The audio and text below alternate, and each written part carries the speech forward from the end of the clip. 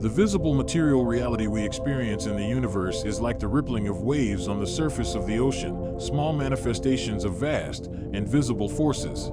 Forces that are not material in nature, but flows of information energy, of spirit and soul. Vast, non-material driving forces shape and control the material world, just as the depths of the ocean give rise to the rippling of waves on its surface. Energy, information, will, and imagination do not arise from matter, they precede it. The soul and the spirit are not products of matter, but shaping forces, sources of it. The visible material world is merely a surface ripple on the waves of the ocean of existence.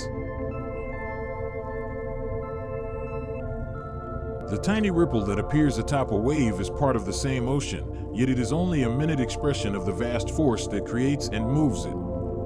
Just as the small wave crests on the surface of the water arise from the depths, so too are matter, the body, galaxies, and stars merely consequences of the invisible forces that generate and sustain them.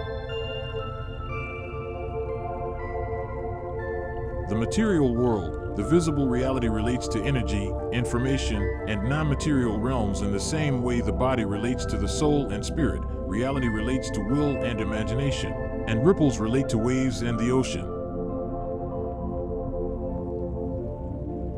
Just as the rippling of waves on the ocean's surface is merely a surface sign of deeper movements below, so too does the material world appear within the universe. Quarks, protons, atoms, and thus galaxies and stars take shape in space and time like droplets of water and mist. Truth is not visible, yet all that is visible arises from it. Just as there can be no ripple without a wave, and no wave crest without the ocean, so too the material world cannot exist without the truth from which it is created. Just as neither body nor spirit can exist without the soul. Truth is the source, reality is its expression.